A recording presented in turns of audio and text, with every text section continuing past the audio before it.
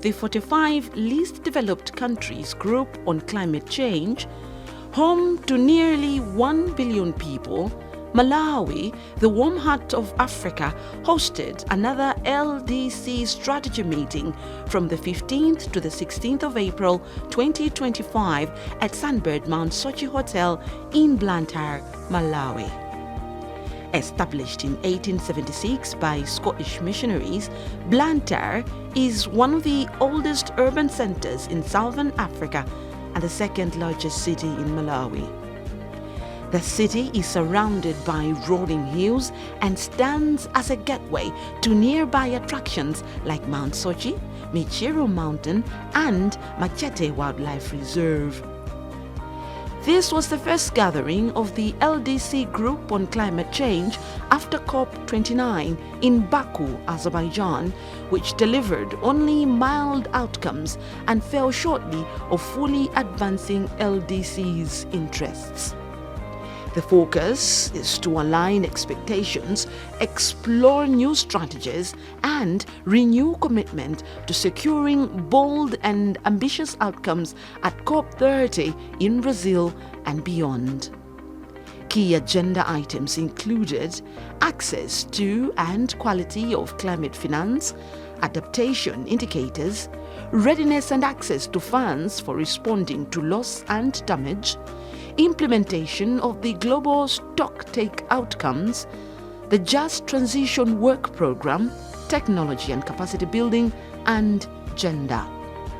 We keep coming together, offering some trainings, some courses, capacity building initiatives so that we're able to come up with those funding proposals that we can submit to the financial mechanism of the process, like the Green Climate Fund, the Global Event Facility, Least Developed Countries Fund, Adaptation Fund, but also to bilateral governments that can support us. We hope that together we can make it, but as I said, because of the geopolitics, I think we are calling upon our governments, and particularly the private sector in our governments, to come forward and support the same, because governments alone cannot have all the financial resources to support climate action. But the private sector, some individuals, other institutions that have the resources can come in and also support climate action. Addressing the gathering, Malawi's Minister of Natural Resources and Climate Change, Dr. Owen Jomanika, reminded delegates that no nation dreams of remaining an LDC forever. He urged member states to fight for fair and flexible graduation pathways and to drive real change at home by strengthening economies and building lasting resilience for their people. These 45 countries, our main duty as negotiators and as workers in this forum is to ensure that we work on making sure that these countries, they develop. One day they should improve. So all strategies, all plans should put us in that path where we're heading to where we should develop.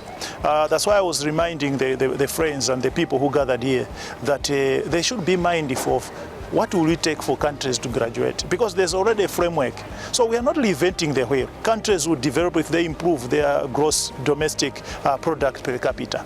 So if to date a country has got just $900 per capita, they need to develop to somewhere around 1,500. And there are ways they can do to develop that.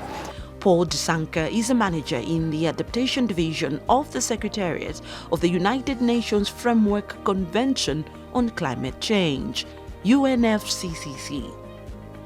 He commended the LDC for staying united even in the most difficult situations. He knows climate finance is a big issue for LDCs, and here was his piece of advice. So implementation will require significant resources and also different capacities in order to absorb the huge amounts of money that are being mobilized and catalyzed to support countries. The great outcomes from Baku and the NCQG, I think it's very promising, and it sets the stage for increased mobilization of our finance. But it will require transformations in how we pretty much do everything. UNIDO and UNDP have been supporting the convening of these meetings and offered words of solidarity. That UNIDO is really committed to the least development countries, and this since its foundation in 1966. We do have different strategy, but also commitment with and together with the least development countries. And that's why we are really happy to support the LDC Group on climate change on establishing their permanent secretariat.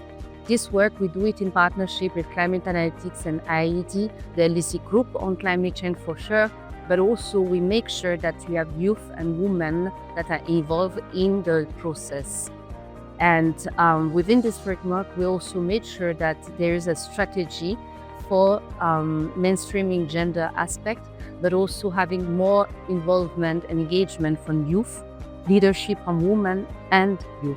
As the meeting closed, it was clear that this was not just another gathering, as members debated at length on very critical issues Addressing and climate action approaches. is very costly, and the Climate Change Convention and the Paris Agreement have bestowed this responsibility as a commitment of the developed countries to mobilize financial resources from the sources that they can and provide this to the least developed countries. Now, with the geopolitics that's happening around the globe, it's becoming difficult for the LDCs in fact to then secure and access climate finance. Why? Because the procedures are complex, the requirements are complex, but also the capacity to prepare quality funding proposals is also limited. So it becomes difficult. As the fight for climate justice moves forward, youth and women felt seen, heard, and valued.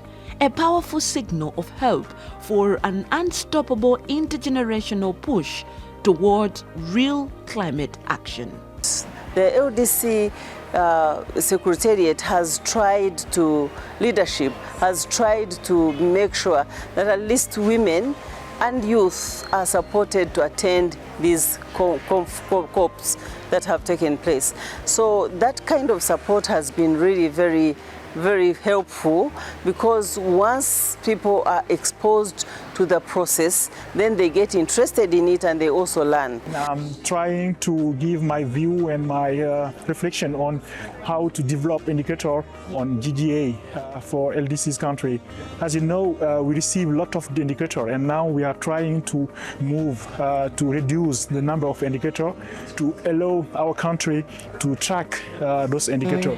So on the intergenerational equity, we're looking at equal, just as well as fairness of resources. So we might start with this generation. It has to be passed on to the next generation.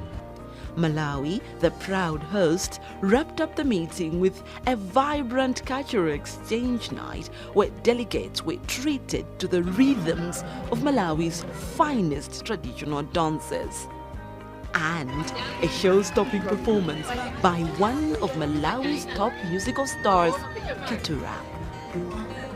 It was a night of music, dance, and celebration, a perfect finale to a powerful week of action and connection.